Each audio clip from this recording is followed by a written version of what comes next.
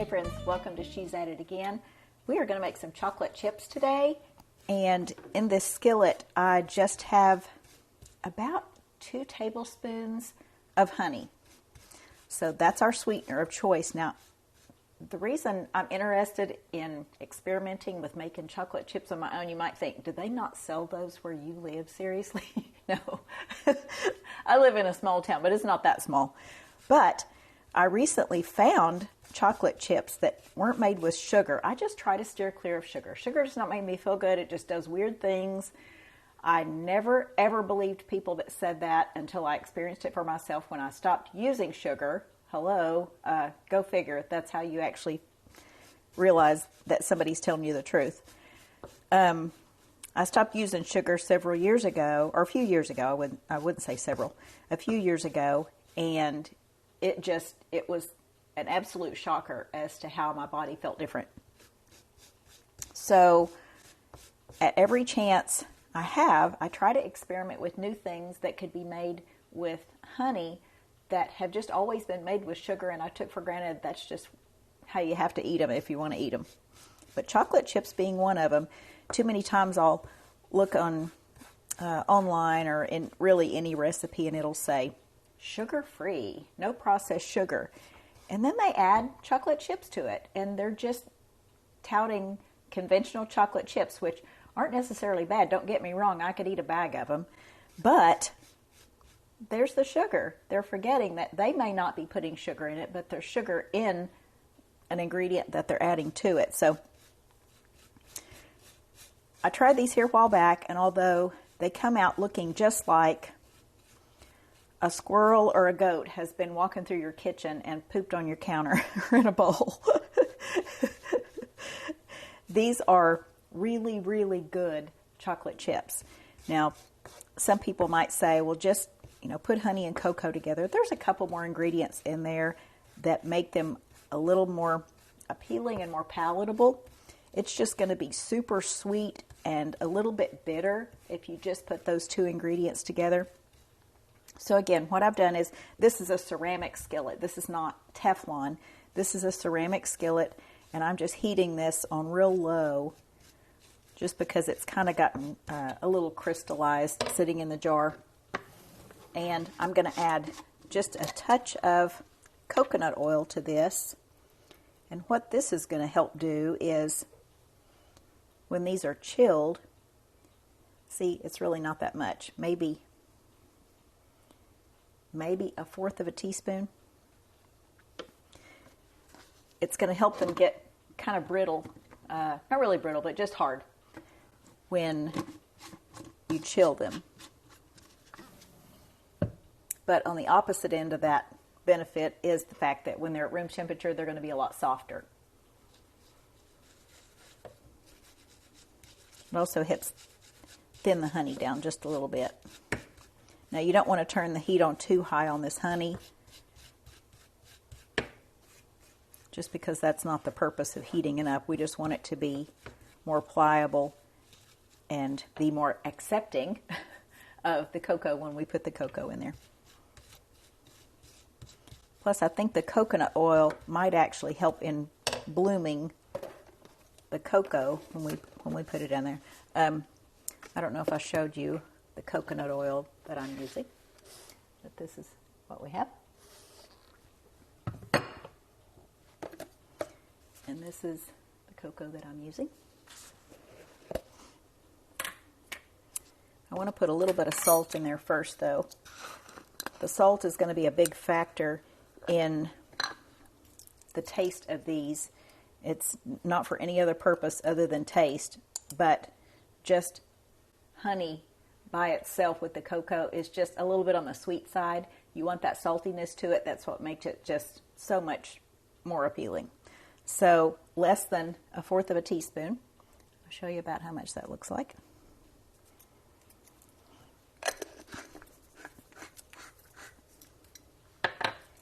Just like when I make my carob milk or chocolate milk made with honey, always add salt to it. It's just like putting cocoa and sugar and the milk together and thinking you're making chocolate milk, and it just doesn't taste right. It's because it needs salt. That's kind of one of those secret ingredients. It's kind of an obvious one, but a lot of people think, oh, I don't want my chocolate to taste salty.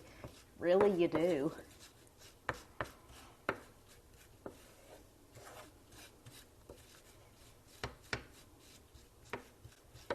Now we're making these chocolate chips because in the video that I'd like to make next, if everything goes okay, I will make a really, really good, it's not a dessert, although I eat it for a dessert.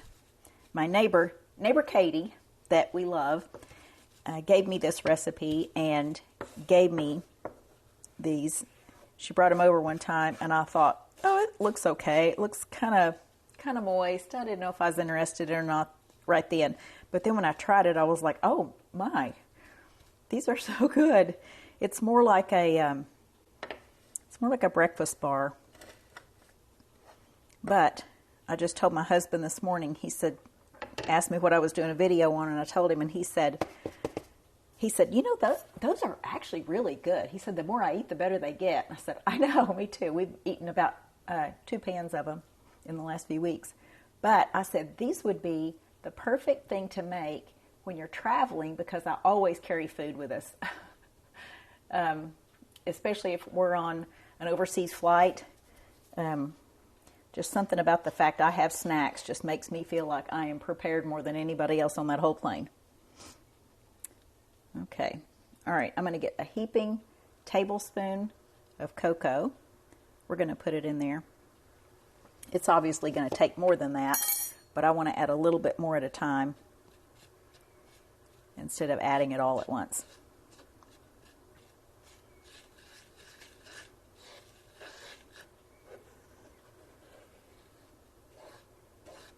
And the nice thing about this is, if you feel like you have too much cocoa and you stir it in and it's just really too dry, or you don't like the taste of it, you can always add more of one thing and then another. It's not a science experiment where you have to add certain things in a certain order. I just find that it's easier to mix it up if I heat the honey a little bit, add the salt to it, then add the cocoa. And of course the coconut oil along the way too.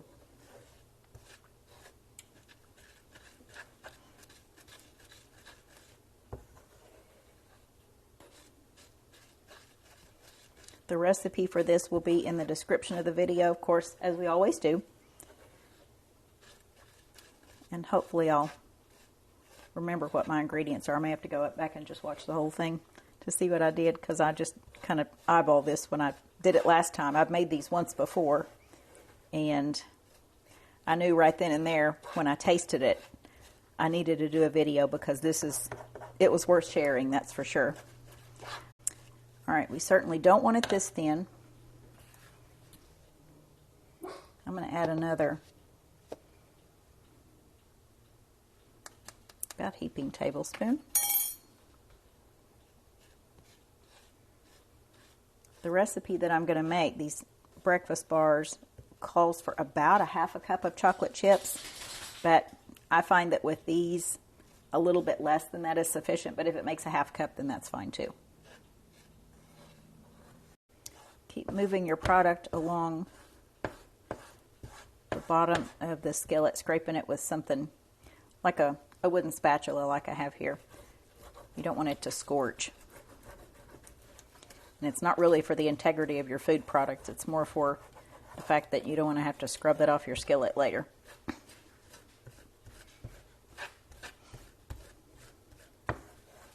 Okay, if you want to add vanilla to this, you're welcome to, and the alcohol will evaporate enough, but it will kind of help melt that salt in there and just make it a little bit smoother. I think I added vanilla last time, but I'm not going to add it this time.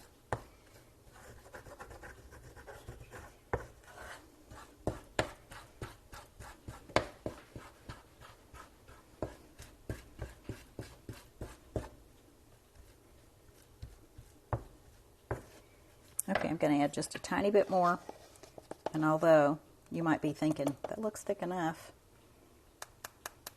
I almost want it to be like Play-Doh. And we're still going to add more cocoa to it later on, because we'll cut these in little pieces to make the chips and then roll them in cocoa just to keep them from sticking together.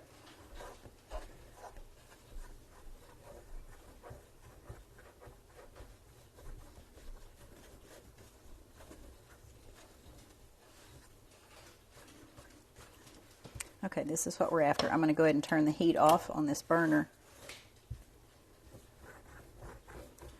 because I have it to the point where I want it.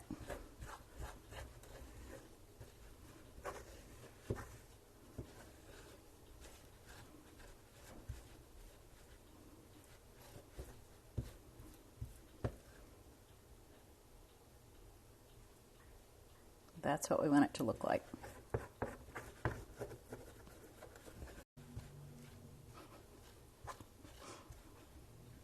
My helper's over there in the floor watching me.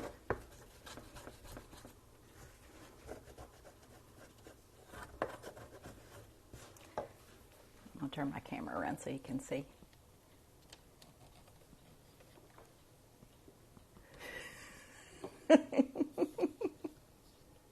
She's such a good helper.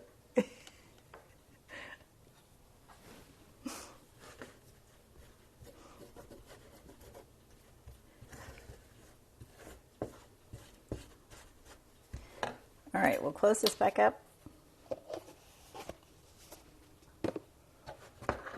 And let's go over to the counter and we'll cut these into some chocolate chips.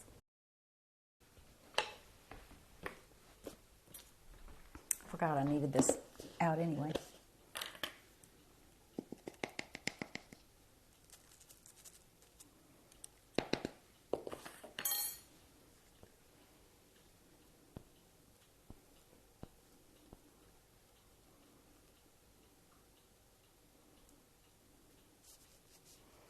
Now, if you're thinking to yourself, why is she going through so much trouble just for chocolate chips that don't have sugar in them? Just go buy some at the store.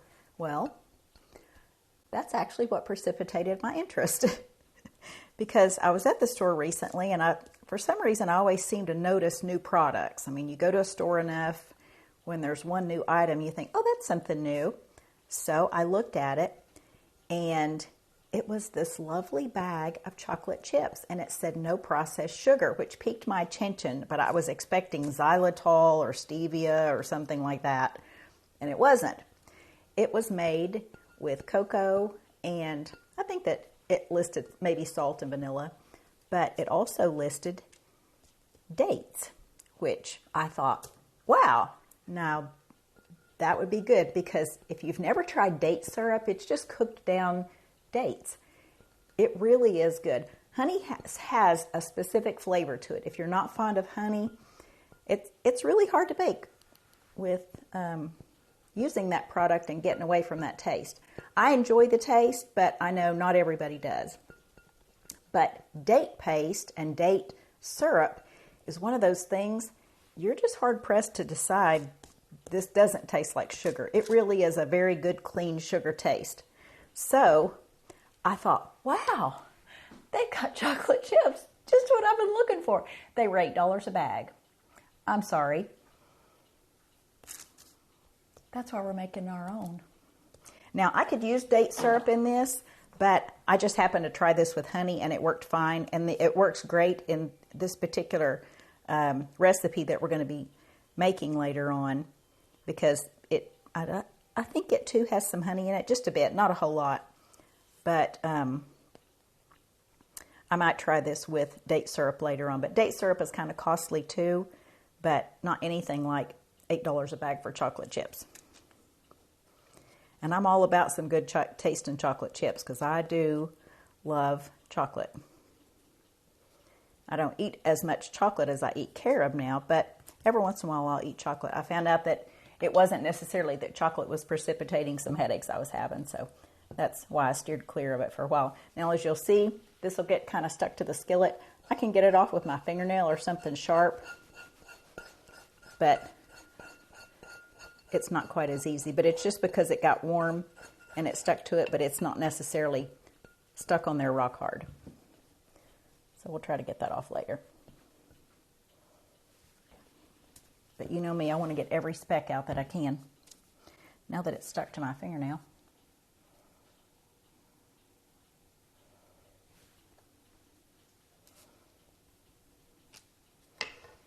All right.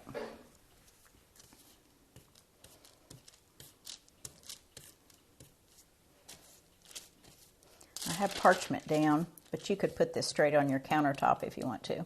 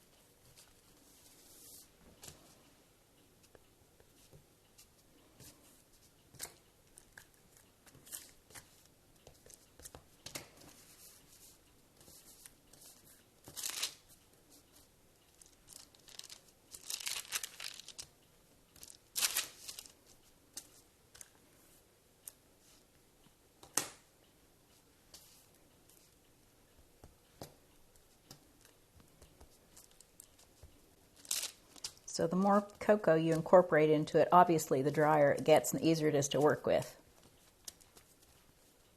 You just want to kind of get it where there's no big sticky parts to it.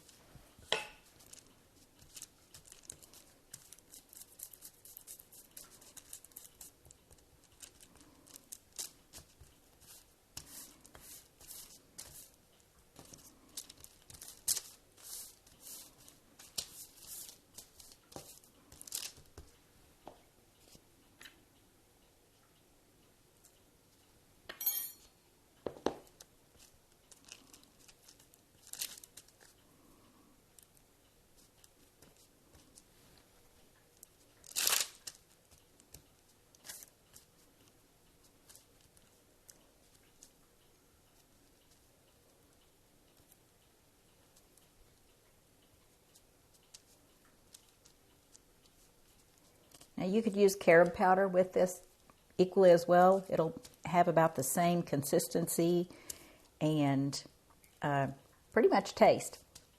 Now some people say, oh, carob doesn't taste anything like cocoa. Okay, I'll buy that. It doesn't taste exactly like it, but I would say given the choice of the two, I'd be hard pressed to say I liked one over the other. As far as not having caffeine and actually having some minerals in it that are really beneficial, carob wins hands down.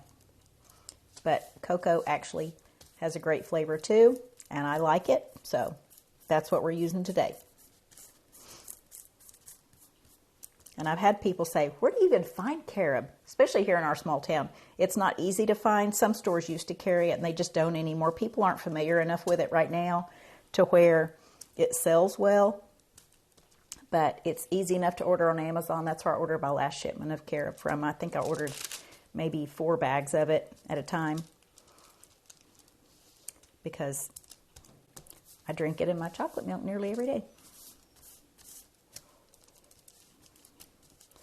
Okay, so this is pretty pliable. We'll just roll it around and pick up as much of the cocoa as we can.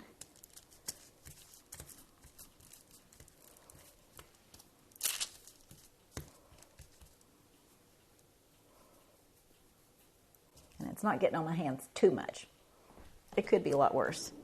All right, here's our bench scraper.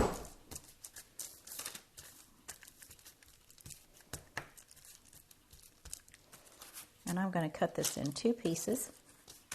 We may have to add more cocoa to it. I'll just stick that down in there, kind of like I do with pizza dough in my big flour bin when I get ready to make pizza.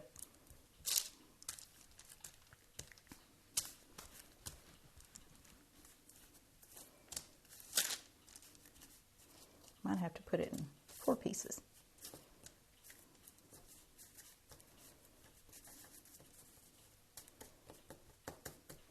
All right, I'm going to go ahead and add some cocoa to my container here.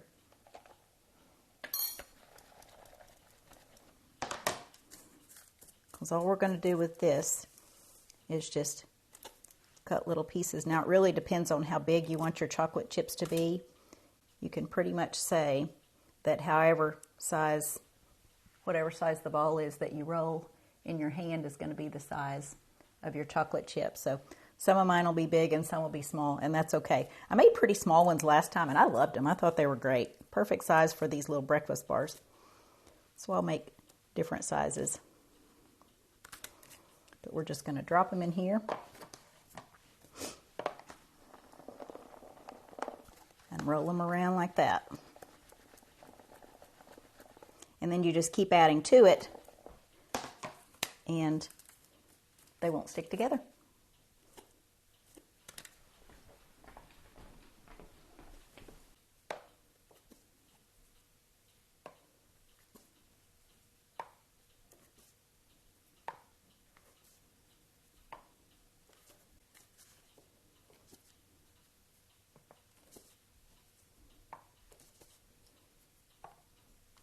Notice how I'm just rolling them in a little ball before I drop them in there. I just want to make sure it's coated on all sides with cocoa enough to where they're not going to stick to another one in the container.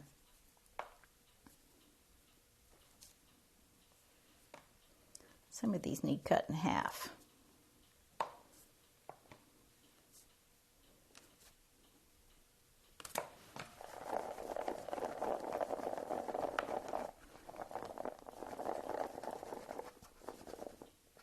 Okay, so I'll finish making the rest of those, but I just want to show you what the chocolate chips kind of look like for now. And when they sit in the refrigerator, they'll soak up some of this cocoa if you don't use them right away. But this is what our chocolate chips look like. All right, I'll show you the whole batch when I get them done, but I'll take a few minutes and do this while the cameras are off.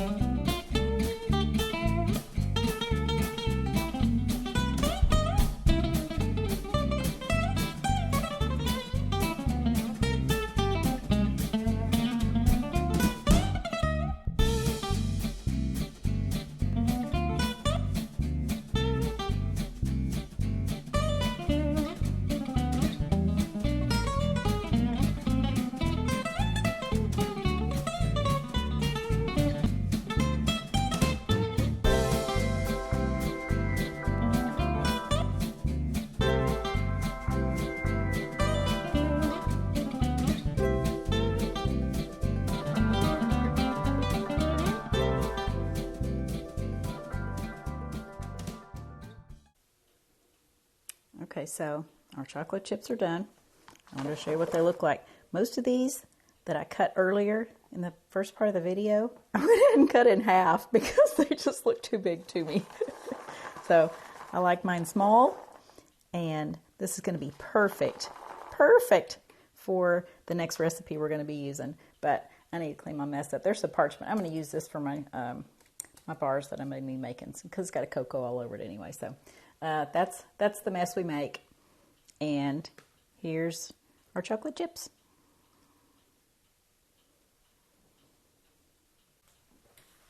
Thanks for watching, guys. Hope you stick around for the next video, or stay tuned, or tune into the next video, I should say, where we're going to use these chocolate chips to make something that's so incredibly good. Your kids are going to love it. Now, the friend of mine, neighbor Katie, that we love, said that when she went back to visit her parents in Maryland recently, that this recipe that I'm going to show you next is something that she made for the kids, for her child and nieces and nephews, and they ate it for breakfast every single day.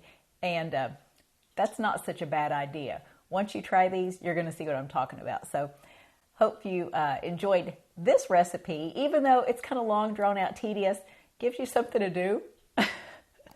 But the fact that there's no sugar in this, it's worth my time. So hope it's worth yours too. We look forward to sharing something again with you next time, and you're going to love that one too. So see you soon. Bye.